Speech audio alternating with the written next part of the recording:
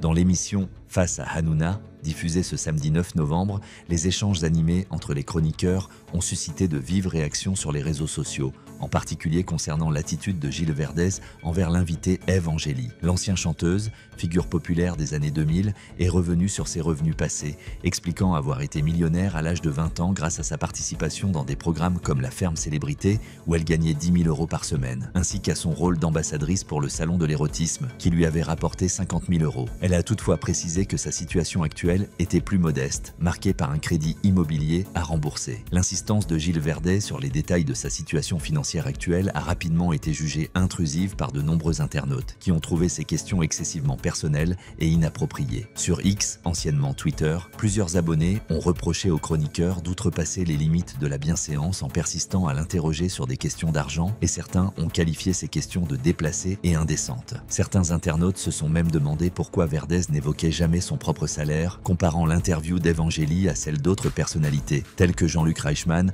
ou Michel Drucker, dont les revenus n'ont jamais été aussi âprement disséqués. Par ailleurs, l'émission a accueilli Jean Testanière, médium des célébrités, qui a affirmé avoir perçu des messages concernant Valérie Benaïm et même établi une connexion avec le défunt père de Raymond Abou. Cette intervention a également suscité l'irritation des téléspectateurs, dont certains ont critiqué le médium en le qualifiant de charlatan et ont exprimé leur désapprobation face à l'idée que des personnalités publiques ou des hommes politiques puissent le consulter.